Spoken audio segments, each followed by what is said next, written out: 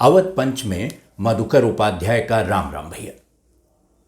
आज मैं एक ऐसे विषय की बात करना चाहता हूं जो दुखद तो है ही, हास्यास्पद भी है। यानी ऐसी सूरत है कि समझ में नहीं आ रहा कि उस पर रोएं या हंसें। हम किस जगह पहुंच गए हैं, किस हाल में पहुंच गए हैं, क्या हो गया है हमारी सोच को, हमारी सामूहिकता को, हमारी मेधा को, हमारी सोच विचार करने की शक्ति को।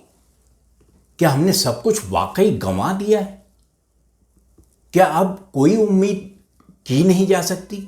किसी से नहीं, किसी सरकार से नहीं, किसी अधिकारी से नहीं, किसी अदालत से नहीं। किससे? तो फिर किससे उम्मीद करेंगे आप? जब इस तरह के बयान आने लगें और उनसे आने लगें जिनसे आप उम्मीद करते हैं कि वो चीज़ों को ठीक ढंग से देखकर एक दिशा देने का प्रयास करेंगे, तो आपको उस पर दुख होता ही है। मैं बात कर रहा हूं दिल्ली उच्च न्यायालय की। दिल्ली उच्च न्यायालय में एक मामला सुनवाई पर चल रही थी, उसकी कोरोना पर, कि दवाएं नहीं मिल रही हैं। और उस सुनवाई के दौरान दो न्यायाधीशों की पीठ थी। उन्होंने कहा कि देखिए, जो सरकारें हैं उनका ये उद्देश्य होना चाहिए कि सबको दवा मिले। ये बिल्कुल अच्छी बात है, ठीक बात है। लेकिन उसके बाद जो उन्होंने कहा कि अगर दवाएं कम हैं और आपको चुनना पड़े कि किसको दवा देनी है और किसको नहीं देनी है, तो आप बूढ़े लोगों की जगह युवा लोगों को चुन लीजिए, उनको बचाइए। ये एक अजीब सी सोच है। और उन्होंने इतना ही नहीं कहा, उन्होंने तो कहा कि देश का भविष्य, देश को आगे लेकर जाने वाला कौन होगा? ये बुजुर्ग होंगे जो अपनी जिंदगी जी चुके। इनको बचाने से बेहतर है कि हम युवा लोगों को बचाएं।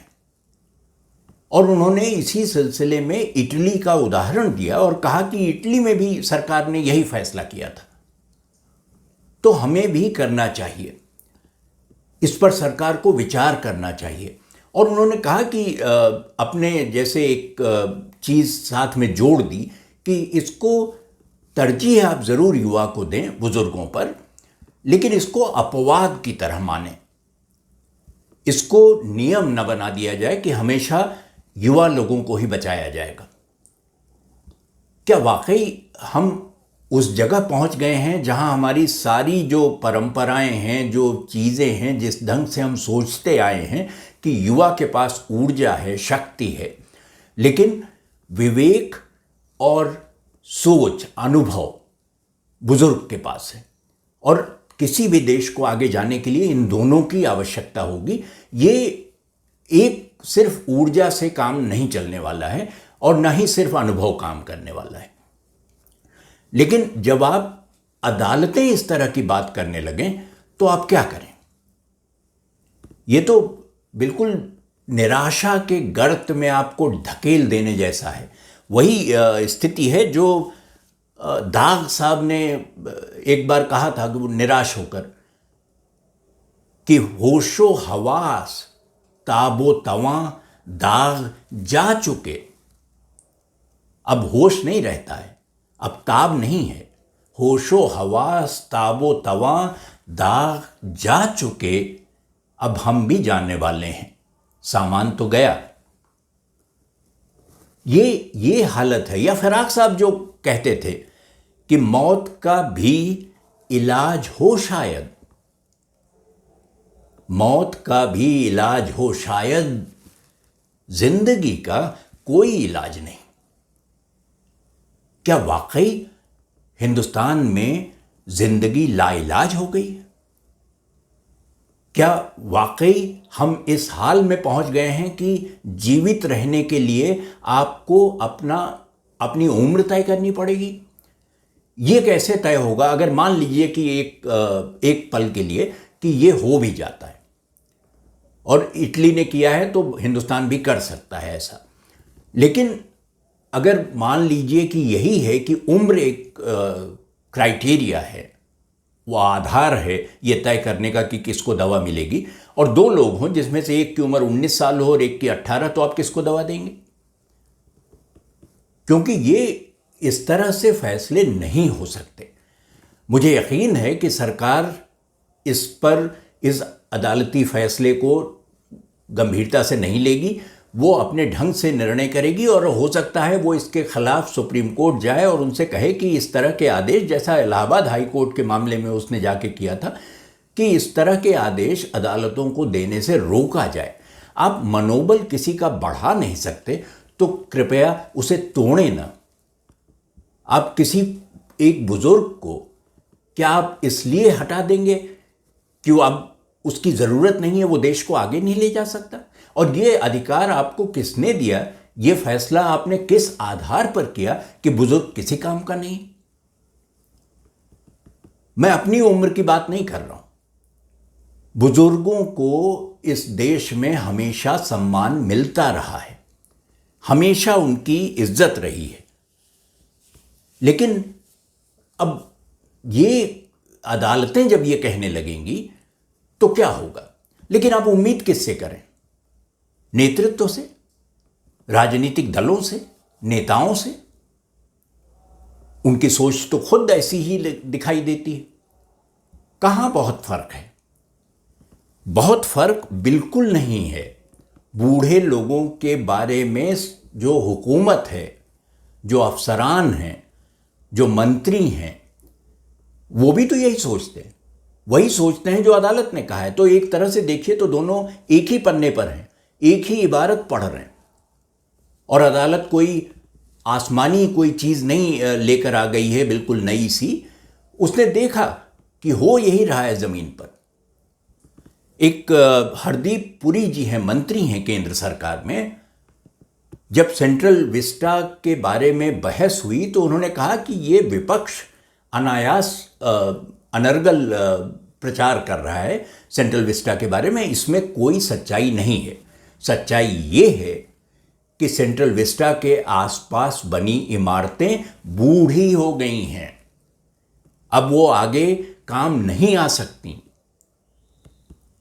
इमारतें बूढ़ी हो सकती हैं तो लोग क्यों नहीं हो सकते? और अगर इमारतों के बारे में यह है कि उनको गिराकर नई इमारत तामीर कर दी जाए, नई इमारत बना दी जाए, तो बुजुर्गों के बारे में अदालत ने ही क्या गलत कह दिया? जब ये बात उठाई गई कि वहां जामुन के पेड़ काटे जा रहे हैं, और जामुन के पेड़ की उम्र, तमाम लोग बताते हैं जो हॉर्टिकल्चर में काम करते हैं कि जामुन के पेड़ की उम्र 100 बरस होती है, 100 बरस, और उसके बाद भी वो बचा रह सकता है 125 साल तक। 100 बरस की उम्र हो गई। 1918-19 के आसपास ये जामुन के पेड़ लगाए गए थे, 101 साल हो गए उनको। अब सरकार कह रही है कि जामुन के पेड़ यहां जब लगा दिए जाएंगे, नए पेड़ लगा दिए जाएंगे, पुराने हटा देंगे। सारे नहीं हटाएंगे, जितनी की जरूरत होगी उतना ही हटाएंगे। और जिनको हटाएंगे भी उनको हम कहीं ले जाकर फिर से लगा देंगे। 100 साल बूढ़ा पेड़ दिल्ली से उखाड़कर उसे हरियाणा ले जाना है, बदरपुर में लगाया जाएगा, वो 25 किलोमीटर दूर। इसलिए कि सरकार मानती है कि ये पेड़ बूढ़े हो गए हैं, इमारत बूढ़ी हो गई है, पेड़ बूढ़े हो गए हैं, लोग बूढ़े हो गए हैं। अब कहना क्या चाह रहे हैं कि रायसीना रोड और राजपथ पर जो पेड़ हैं और जो लोग हैं जिनको दवा की जरूरत है कोरोना से, उनमें वो एक ही जैसे हैं जो बूढ़े हैं? क्या बूढ़ों का यही भविष्य है भारत में? क्या बूढ़े अब इसी तरह देखे जाएंगे कि जो जिसकी आवश्यकता नहीं है, जो देश को आगे नहीं ले जा सकता, जो देश के किसी काम का नहीं है, उसकी परवाह क्यों करनी? ये दुखद है, लेकिन मुझे लगता है कि हास्यास्पद है। ये एक तरह से आप देखिए तो लगता है कि कितनी कंगाली है सोच में, जिसको आप मैं अभी थोड़ी देर पहले कह रहा था कि ये आप एक रूपता की तरह भी देख सकते हैं कि जो आला हाकिम हैं, जो बात वो कह रहे हैं वही बात अदालत भी कह रही है, जो कानून बनाने वाले कह रहे हैं वही बात न्यायपालिका भी कह रही है, वही बात अफसरान भी कह रहे हैं, जो कार्यपालिका है वो भी कह रही है। इमारतें बूढ़ी हैं, पेड़ बूढ़े हैं, लोग बूढ़े हैं। 400 पेड़ों को उखाड़ कर राजपथ से बदरपुर ले जाएंगे तो क्या करेंगे? और इसमें क्या आपको कोई साम्य नहीं दिखाई देता? उन लोगों को जिनको आप पानी पी पी कर कोसते हैं कि उन्होंने अपने बूढ़े माँ बाप की फिक्र नहीं की, उन्हें ले जाकर बुजुर्गों के रहने की जगह पर छोड़ आए, उनको वृद्धाश्रम भेज दिया। सरकार क्या इन पेड़ों को वृद्धाश्रम भेज रही है? क्या इन इमारतों को इसलिए तोड़ा जा रहा है कि अब उनकी कोई ज़रूरत नहीं है? क्या इमारतें सिर्फ लोगों के आने जाने, रहने, काम करने की जगह होती? क्या उनका इतिहास नहीं होता? क्या उनसे वो बात नहीं करती इमारतें? वो बोलती हैं। और इमारतों के बारे में तो मुझे याद है रामचंद्र गांधी ने एक बार कहा था कि इमारतों के साथ कोई अन्याय कभी नहीं करना चाहिए क्योंकि इमारतें अपना बचाव नहीं कर सकती।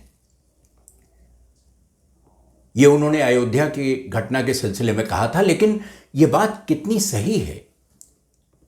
जो अपना बचाव नहीं कर सकता, पेड़ नारा नहीं लगा सकते, धरना नहीं दे सकते, इमारतें खड़ी होकर कोई शोर नहीं कर सकती, उनका कोई संगठन नहीं है इमारतों का, तो क्या आप उनकी बात बिल्कुल नहीं सुनेंगे?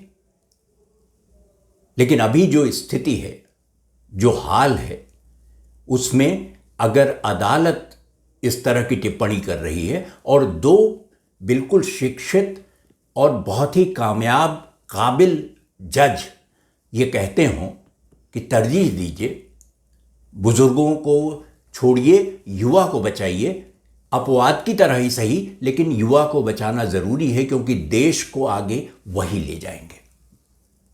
तो वो देश को कहाँ ले जाएंगे और कहाँ ले आए हैं अब तक, ये तो देखने की चीज़ है। क्या हम वाकई वहीं उसी दिशा में जा रहे हैं जिस दिशा में देश को जाना चाहिए था? क्या हमको ये सवाल पूछने का भी हक नहीं है? मैं चाहता हूं कि अगर सरकार ठीक ढंग से सोच सके और अपनी सोच में परिवर्तन करने को तैयार हो तो उसे इस हाईकोर्ट के इस आदेश पर अमल बिल्कुल नहीं करना चाहिए। और अगर वो करती हो और युवाओं को बचाया जा रहा हो तो ऐसे सारे युवाओं को मेरी शुभकामनाएं। आप बचे रहें, बुजुर्ग तो एक दिन आप भी होंगे। ऐसा कौन है जिसका उम्र ने ताजिंदगी साथ दिया, उसको बचा कर रखा? ये किसी तरह से भी इसको सही नहीं ठहराया जा सकता। बल्कि एक मीर का शेर है, वो भी जब भी जो भी फैसला कर रहे हो आप, वो शेर याद रखने लायक है। याद रखना ही चाहिए, चाहे वो जो भी है, चाहे वो आला हाकिम है, अधिकारी है, न्यायाधीश है, सरकार है। शेर ये है कि दिल्ली में आज भीख भी मिलती नहीं उन्हें, दिल्ली में आज भीख भी मिलती नहीं उन्हें, था कल तलक दिमाग जिन्हें ताजो तख्त का। याद रख लीजिएगा, मीर का ये शेर बहुत काम का है। इस अंक में अवध पंच के इतना ही। अगले अंक में भेंट होगी, तब किसी और विषय पर चर्चा करेंगे और उम्मीद करेंगे कि किसी हास्यास्पद या किसी दुखद विषय पर बात न करनी पड़े। तो अवध पंच देखते रहिए, अपनी प्रतिक्रिया से हमें अवगत कराइए। हम कोशिश करेंगे कि अवध पंच को बेहतर बना सकें। अगले अंक में आपसे भेंट हो, तब तक के लिए राम राम भैया।